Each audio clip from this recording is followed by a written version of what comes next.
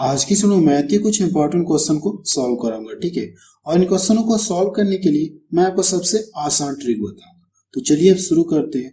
और शुरू करने से पहले मैं आपको ये बता देना चाहता हूँ कि जिन लोगों को अगर मैथ अर्थमेटिक पूरा कंप्लीट टॉपिक पढ़ना है तो मैंने आपको सभी चैप्टर पढ़ा दिया है। उन सभी वीडियो की लिंक आपको डिस्क्रिप्शन में मिल जाएगी, या वीडियो के प्लेलिस्ट में जाकर जो चैप्टर पढ़ना है आप वहां से पढ़ सकते हैं। एकदम बेसिक से मैंने आपको सब कुछ पढ़ाया है, ठीक है।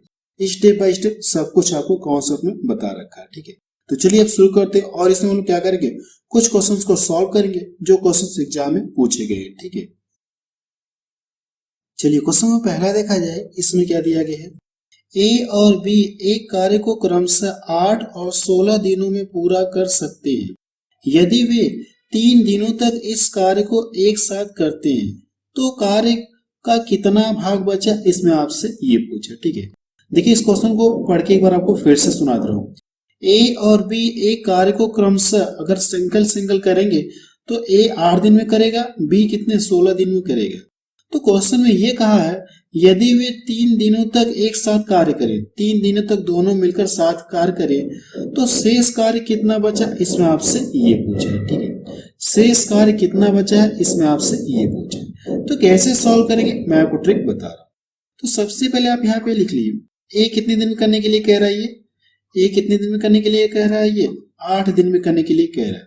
और जो बी है उसी कार्य को 16 दिन में करने के लिए कह रहा है, तो आप 16 लिख लीजिए।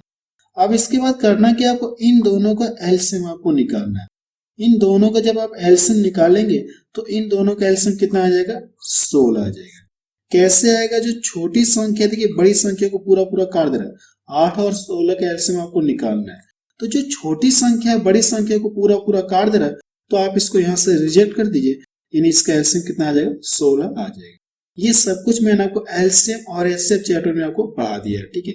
लिंक आपको डिस्क्रिप्शन में मिल जाएगी। जैसे आप एलसीएम लेंगे तो आपको क्या पता चल जाएगा, टोटल वर्क कितना आपको ये पता चल गया, इस टोटल कार्य कितना आपको ये पता चल गया। एलसीएम लेने के बाद करना कि आप इससे इसमें भाग देंगे तो 2 बार भाग जाएगी, और इससे भाग देंगे तो 1 बार जाएगी। इतना क्लियर है।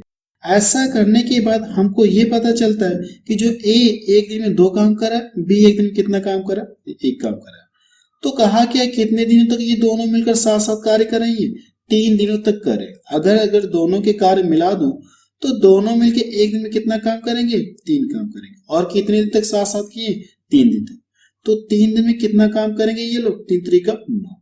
देखिए टोटल कार्य कितना है, 16 है। 16 कार्य में ये लोग इन लोगों ने कितना कार्य कर लिया, 9 कार्य कर लिया। तो बचा कितना है, शेष कितना बचा, ये 7 कार्य बचा है। शेष कितना बचा है, 7 बचा है। लेकिन हमसे ये पूछा है कि कार्य का कितना भाग बचा है, कार्य का टोटल कार्य का आपसे पूछा है। तो आपको करना क्या, कार्य का पूछा है तो कार्य कितना टोटल 16 है, तो आप इसको ऐसे लिख लेंगे। 7 तो बचा है लेकिन कार्य का पूछा है, कार्य का ये जो टोटल कार्य है आप इसको नीचे लिख देंगे ऐसे, ठीक है। यानी ये इसका आंसर आ जाएगा। इसका आंसर कितना आ जाएगा, इतना आ जाएगा। तो देखिए कौन सा ऑप्शन मैच करा, 7/16, 7/16 सी ऑप्शन किसका मैच करा है, ठीक है। चलिए अगला क्वेश्चन देखा जाए। क्वेश्चन सेकंड देखा जाए, इसमें क्या दिया गया है, 12 लड़कों तथा 8 लड़कियों का कुल भार 1080 किलोग्राम है। यदि लड़कों का औसत भार कितना, ये 50 केजी है, तो लड़कियों का औसत भार क्या होगा, इसमें आपसे ये पूछा, ठीक है। देखिए दोनों का जो भार है, लड़के और लड़कियां दोनों का टोटल भार कितना दिया आपको, इतना दिया है।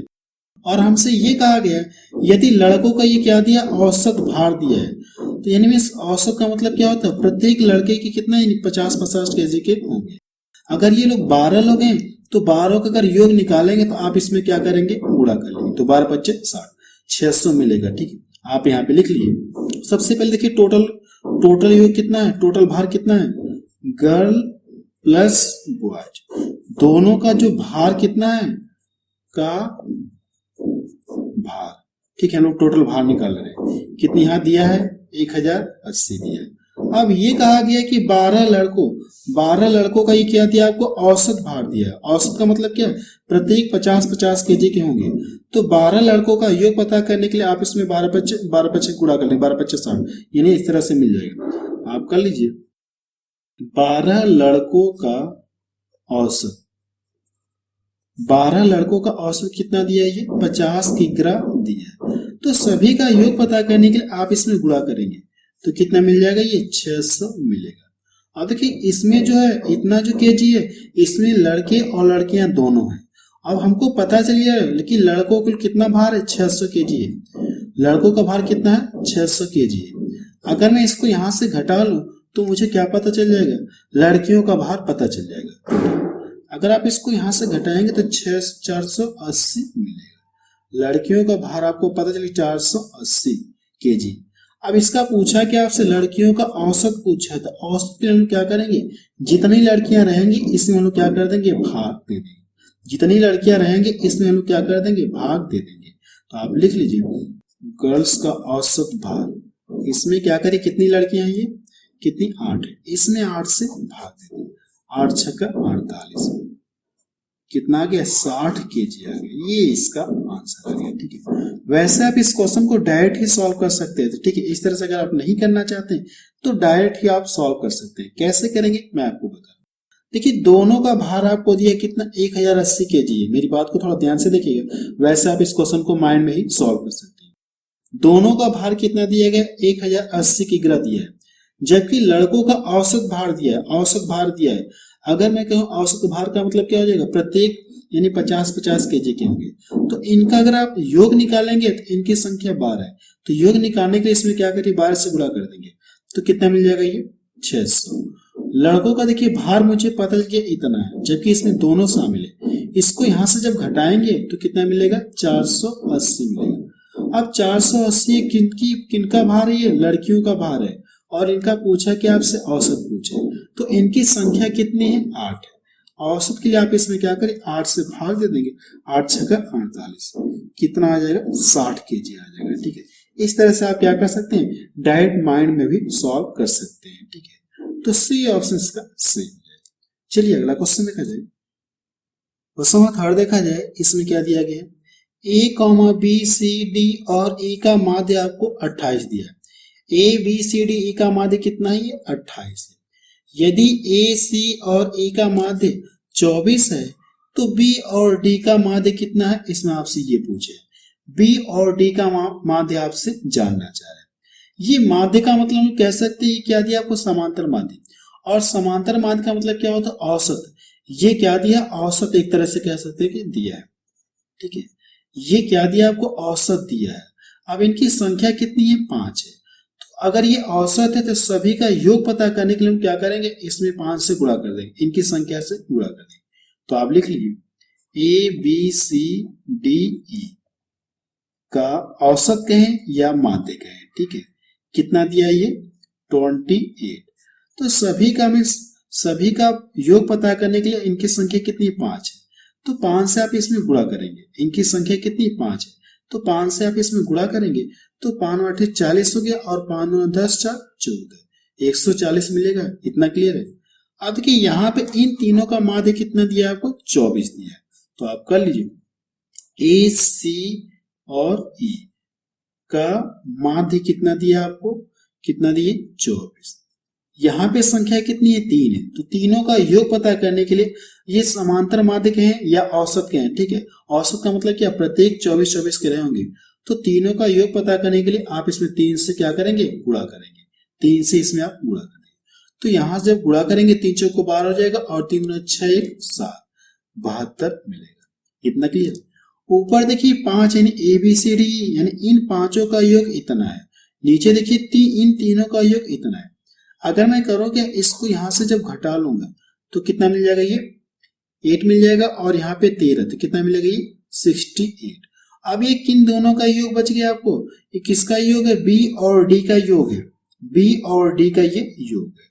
तो पूछा कि बी और डी का क्या पूछा आपसे, माध्य पूछा है। बी कॉमा डी का क्या पूछा आपसे, माध्य पूछा। तो माध्य के लिए हम लोग क्या करेंगे, इनकी संख्या देखिए 2 है ना, तो अगर इन दोनों का योग तो आपको 68 मिल गया, लेकिन क्वेश्चन ने क्या पूछा आपसे, माध्य पूछा। तो माध्य के लिए हम लोग करेंगे इनकी संख्या से डिवाइड करेंगे। जब इनकी संख्या से डिवाइड करेंगे तो 2 3 6 हो गया, 2 चौको 8 हो गया, ये इसका आंसर आ गया।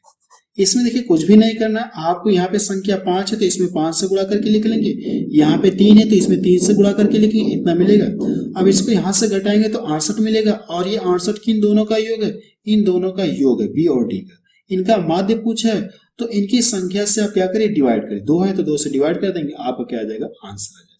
ठीक है, तो डी ऑप्शन किसका मैच करा। चलिए अगला क्वेश्चन देखा जाए। क्वेश्चन 4 देखा जाए, इसमें क्या दिया गया है, एक कार्य को करने में ए तथा बी की दक्षता मीन्स कार्य क्षमता आपको दी है 5:8 है। वे साथ मिलकर कार्य को 20 दिन में पूरा कर सकते हैं। ए अकेले कार्य का 25% पूरा करेगा, यानी 25% कार्य कितने दिन में पूरा करेगा, इसमें आपसे ये पूछा। ठीक है, देखिए ए और बी की क्या दी, कार्य क्षमता का अनुपात दिया है, और हमसे ये कहा कि दोनों मिलकर उस कार्य को 20 दिन में समाप्त कर लेंगे, ए और बी। तो पूछा कि ए अकेले उस कार्य का 25% भाग कितने दिन में करेगा। इस क्वेश्चन का मतलब यही है। देखिए करना क्या, आप सबसे पहले क्या दिया, ए है बी है, दोनों की कार्य क्षमता का अनुपात दिया, तो आप लिख लीजिए कार्य क्षमता का अनुपात ये दिया है। अब ये कहा गया है कि दोनों मिलकर किसी कार्य को कितने दिन में फिनिश कर रही है, 20 दिन में फिनिश कर ले रहे हैं, ये कार्य क्षमता है। दोनों मिलकर किसी कार्य को 20 दिन में समाप्त कर ले रहे हैं। अगर ये देखा है तो ए एक दिन में 5 काम कर रहा है, बी एक दिन में 8 काम कर रहा है। अगर दोनों के कार्य मिला दूं तो दोनों मिलकर एक दिन में कितना काम करेंगे, 13 काम करेंगे। और किसी कार्य को कितने दिन में फिनिश कर ले रही है, 20 दिन में फिनिश कर ले रहे हैं। अगर एक दिन में 13 काम करें तो 2 दिन में 26 काम करेंगे। तो इस तरह से टोटल वर्क पता करने के लिए आप क्या करिए, दिन में गुणा कर लीजिए, कार्य का क्या करिए, दिन में गुणा कर लीजिए, इसका इसमें गुणा कर लीजिए, तो आपको टोटल वर्क पता चल जाएगा। यानी ये टोटल वर्क आपको पता चल गया, ये क्या पता चल गया आपको, टोटल वर्क आपको पता चल गया। अब प्रश्न में ये कहा है कि ए अकेले कार्य का 25%, इसका 25% कितने दिन में करेगा, आपसे ये पूछा है। तो आपको करने के इसका क्या करिए, 25% आप निकाल देंगे, परसेंटेज हटाएंगे तो ये बटा क्या दे देगा, 100 देगा। इतना क्लियर है। अगर मैं इसको यहां से डिवाइड कर दूं, 20 25 100 हो गया, और ये 5 25 25 और ये 13 25 कितना हो जाएगा, 65। यानी 65, 25% का मतलब कितना, 65 काम। और ये 65 काम किससे करवाना है, ऐसे करवाना है ना। तो एक दिन में कितना काम करा, 5 काम करा। एक दिन में कितना काम करा, 5 काम करा। तो करना कितना है, 65। तो आप भाग दे दिए, 5 से क्या करें, आप इसमें भाग दीजिए।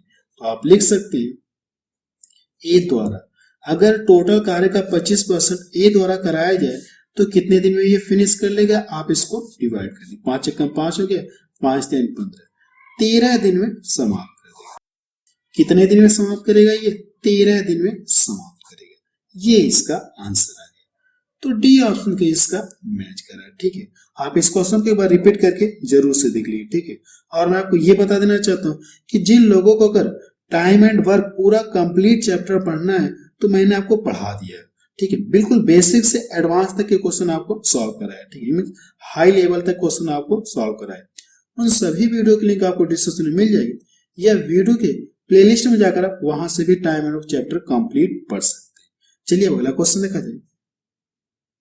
क्वेश्चन 5 देखा जाए, इसमें क्या दिया गया है, एक त्रिभुज के 3 कोण रेशियो आपको दिया, तीनों कोण के बीच का क्या दिया आपको, रेशियो आपको दिया है। त्रिभुज के कोण क्रमशः कितने अंश के हैं, इसमें आपसे ये पूछे। देखिए एक त्रिभुज है, तीनों कोणों के बीच का रेशियो आपको दे दिया है। तो पूछा क्या, वो कोण का माप आपसे पूछा है, तीनों कोण का माप आपसे पूछा। तो सबसे पहले आप लिख लीजिए जो रेशियो दिया 3 4 5, इतना क्लियर। और हमको ये पता है कि त्रिभुज के तीनों कोणों का योग कितना होता है, त्रिभुज के तीनों कोणों का योग कितना होता है, 180 अंश होता है। इतना क्लियर है। अगर आप रेशियो में त्रिभुज के तीनों कोणों को जोड़ेंगे, रेशियो में त्रिभुज के तीनों कोणों को जोड़ेंगे तो कितने मिलेगा, ये 12 मिलेगा। ये भी योग है और ये भी योग है। ये त्रिभुज के तीनों कोणों का योग है और यहाँ से रेशियो में तीनों का योग कितना, 12। इस योग से इस योग को क्या करें, डिवाइड कर दिए। अगर आप इसको डिवाइड करेंगे 12 कम 12, 6 इधर गया, 12 5 60, 15 बार भाग जाएगी। जितनी बार भाग गई है इसका लाके इसमें गुणा कर दीजिए और इसका लाके इसमें गुणा कर दीजिए। इसमें करेंगे तो कोण आपको क्रमशः पता चल जाएंगे। इसमें करिए 15 तिया कितना, ये 45।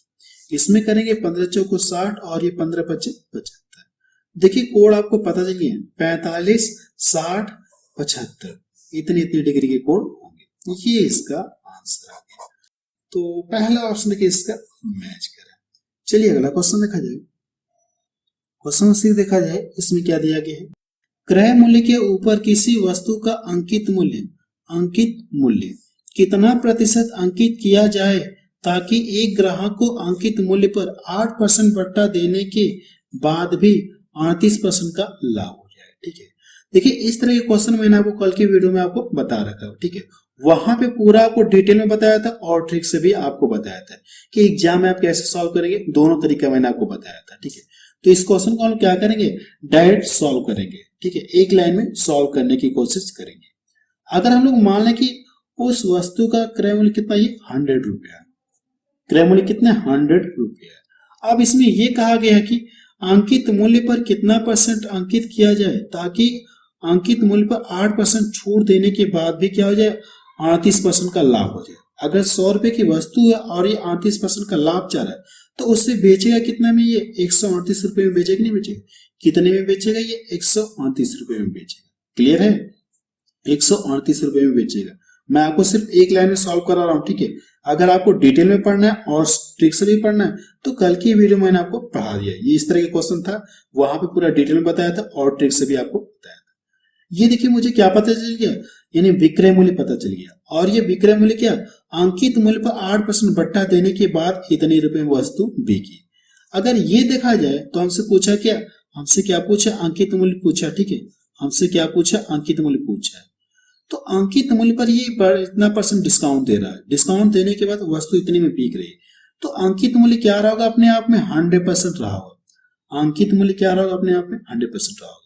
अगर ये इसमें से 8% की छूट दे रहा है तो दाम कितने के ले रहा है, ये अंकित मूल्य पर दाम कितने के ले रही है, 92% का दाम ले रहा है। जो भी मूल्य अंकित कर रहा है उसमें से 8% डिस्काउंट कर दे रहा है, 92% का दाम ले रहा है। और रुपए में कितना ले रहा है, ये 138 रुपए में बेच रहा है। तो कह सकते ये 92% के बराबर है कि नहीं। तो इसमें क्या करिए, 92 से भाग दे दीजिए और 100 से गुणा कर लीजिए। अब इसका कैलकुलेशन करिए, इसका क्या करिए, कैलकुलेशन करिए। देखिए अगर आप काटेंगे तो 2 से ये भी कटेगा, 2 से ये भी कटेगा, 2 चौको 8 हो गया और 2 छक्का 12, 2 छक्का 12 और ये 2 9 18। देखिए 23 से कटेगा, 23 दूना 46 हो गया और 23 दिया 2 से डिवाइड कर दो, ये 50 बार में कट गया। इन दोनों का गुणा करेंगे तो कितना मिल जाएगा, ये 150 रुपए। यानी अंकित मूल्य मुझे पता चल गया, अंकित मूल्य कितना रुपए उसने अंकित किया, 150 रुपए अंकित किया। लेकिन क्वेश्चन में क्या कहा गया, क्रय मूल्य के ऊपर किसी वस्तु का अंकित मूल्य कितना % अंकित किया जाना चाहिए।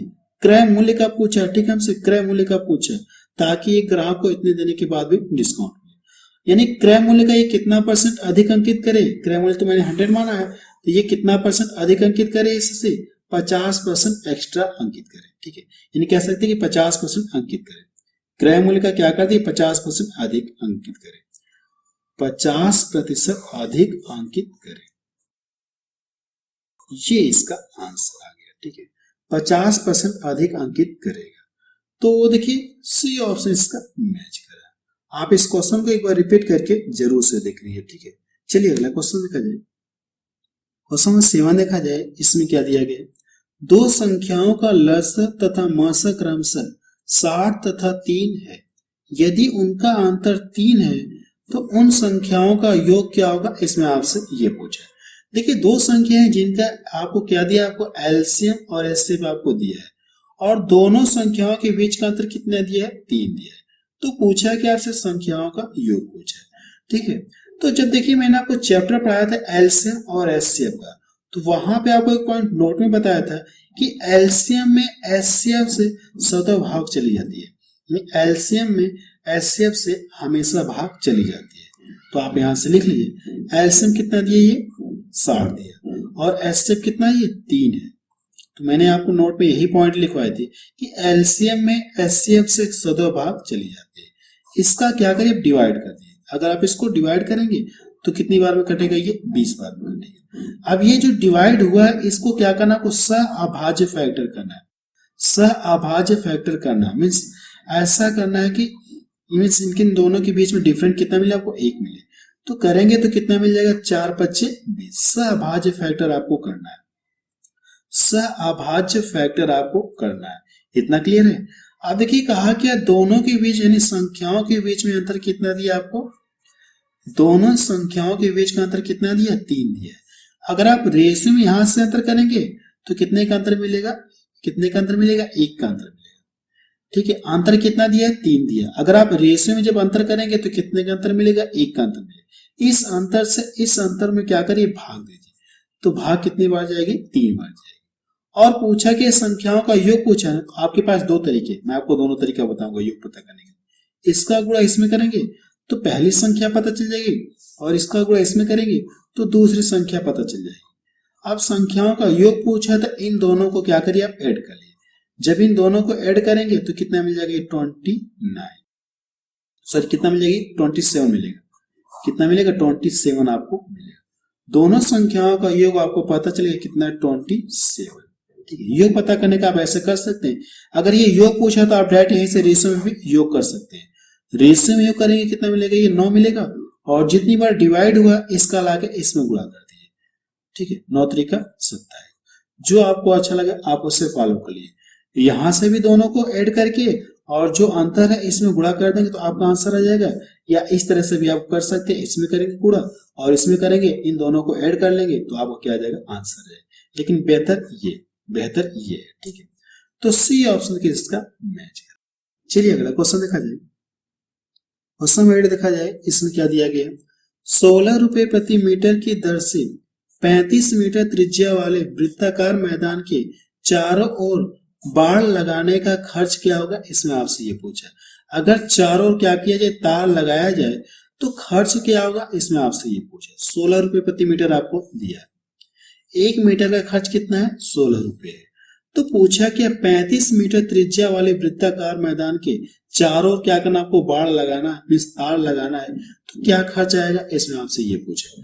अगर इस तरह से मैं क्या कर दूं, इस तरह से ये वृत्ताकार मैंने बना लिया। अब इसकी त्रिज्या कितनी दी गई, इसकी रेडियस कितनी दी गई, रेडियस कितनी दी गई है, यानी आर का मान कितना है, ये 35 मीटर है। आर का मान कितना दिया आपको, 35 मीटर है। अब देखिए हमको इसका क्या करना है, आपको वृत्त का परिमाप निकालना। तो वृत्त का परिमाप बराबर होता है क्या, 2 पाई आर। तो वृत्त का परिमाप बराबर होता है क्या, वृत्त की परिधि आपको निकालनी है। वृत्त की अगर आप परिधि निकालेंगे यानी इस पूरे का निकालना परिधि। ठीक है, चारों हमको करना है ना, तो इसकी परिधि निकालेंगे। तो वृत्त की परिधि बराबर क्या होता है, 2 पाई आर। ठीक है, देखिए इसमें यही कहा कि यानी वृत्ताकार आपको दिया है, इसकी रेडियस दिया गया। 1 मीटर का इसका खर्च कितना है, 16 रुपए। तो पूछा कि अगर इसके चारों तार लगाना है, इसके चारों क्या करना है, आपको तार लगाना है, तो तार का खर्च कितना आएगा, इसमें आपसे ये पूछा। आर का मान आपको पता है, इसमें रखे सॉल्व करें। पाई का मान कितना, 22/7 होता है। आर का मान कितना है, यहाँ पे 35 है। अगर मैं इसको डिवाइड कर दूं तो ये कितनी 5 बार में कट गया, और ये 5 दूना 10 हो गया। 5 गुना कितना हो गया, 10। 10 का 22 में गुणा करेंगे तो कितना मिलेगा, 220 मिलेगा। 10 का 22 में गुणा करेंगे तो कितना मिलेगा, 220 मिलेगा, यानी इतना मीटर। यानी इसकी परिधि मुझे पता चली कितना है, ये 220 मीटर। जब 1 मीटर का खर्च कितना है, 16 रुपए। इतने मीटर खर्च का पता करने के लिए आप इसमें 16 से गुणा कर लीजिए। जब गुणा करेंगे तो 16 0 0 हो गया, 16 दूना 32 और 16 दूना 32 3 कितना हो जाएगा, 35। ये इसका आंसर है। टोटल खर्च कितना आएगा, 3520 रुपए आएगा, 3520 रुपए। तो पहला ऑप्शन किसका मैच करा। ठीक है, चलिए अगला क्वेश्चन देखा जाए। क्वेश्चन 9 देखा जाए, इसमें क्या दिया गया है, एक कॉलेज में हुए चुनावों में एक उम्मीदवार को 62% मत प्राप्त हुए एवं उसे 144 मतों के अंतर से चुना गया, यानी 144 मतों के अंतर से चुना गया। ठीक है। डाले गए मतों की कुल संख्या कितनी है, इसमें आपसे ये पूछा, ठीक है। अगर ये देखा जाए तो जो भी चुनाव पड़े होंगे, अगर मैं मान लू ये कोई कॉलेज है, कॉलेज के अंदर चुनाव हो रहा है, तो जाहिर सी बात है दो लोगों के बीच में होगा, चुनाव हो रहा है, तो इसमें क्या जो भी इनकी संख्या, जो भी संख्या है कॉलेज में, जो भी संख्या है, इनकी संख्या तो अपने आप में 100% होगी। अगर चुनाव हो रहा तो इसमें से एक ने कितना पाया, 62% मत पाया। कितना पा रहा, फर्स्ट वाला कितना पा रहा कैंडिडेट, 62% मत प्राप्त किया। अगर ये 62% पा गया तो दूसरे ने कितना पाया, टोटल 100 है, अगर इसमें से इसने 62 पा लिया तो दूसरे ने कितना पाया होगा, 38% पाया होगा। आप इसको लिख लीजिए 38%। इतना क्लियर है। ये सेकेंड वाला, ये देखिए पहला वाला क्या हो गया, जीत गया, पहला वाला क्या हो गया, जीत गया, और ये वाला क्या हो गया, हार गया, यानी उससे इतने मतों से अंतर से चुना गया, यानी कौन, पहले वाले को। तो अगर इतने अंतर से चुना गया, अगर परसेंटेज में देखा है तो परसेंटेज में कितने परसेंट का अंतर है, ये हार जा रहा है और ये जीत जा रहा है। परसेंटेज में देखा है तो कितने का अंतर है, आप यहां से घटाएंगे तो कितना मिलेगा, ये 4 हो जाएगा और ये 5-3, ये कितना हो जाएगा 2%। परसेंटेज में जो पहला वाला कितना जीत रहा है, परसेंटेज में कितने का अंतर पाएगा, 24% का। परसेंटेज में कितने का अंतर पाएगा, 24% का। और संख्या में कितना पाया जा रहा है, 144। कह सकते ये इसके बराबर होगा कि आप इसको बराबर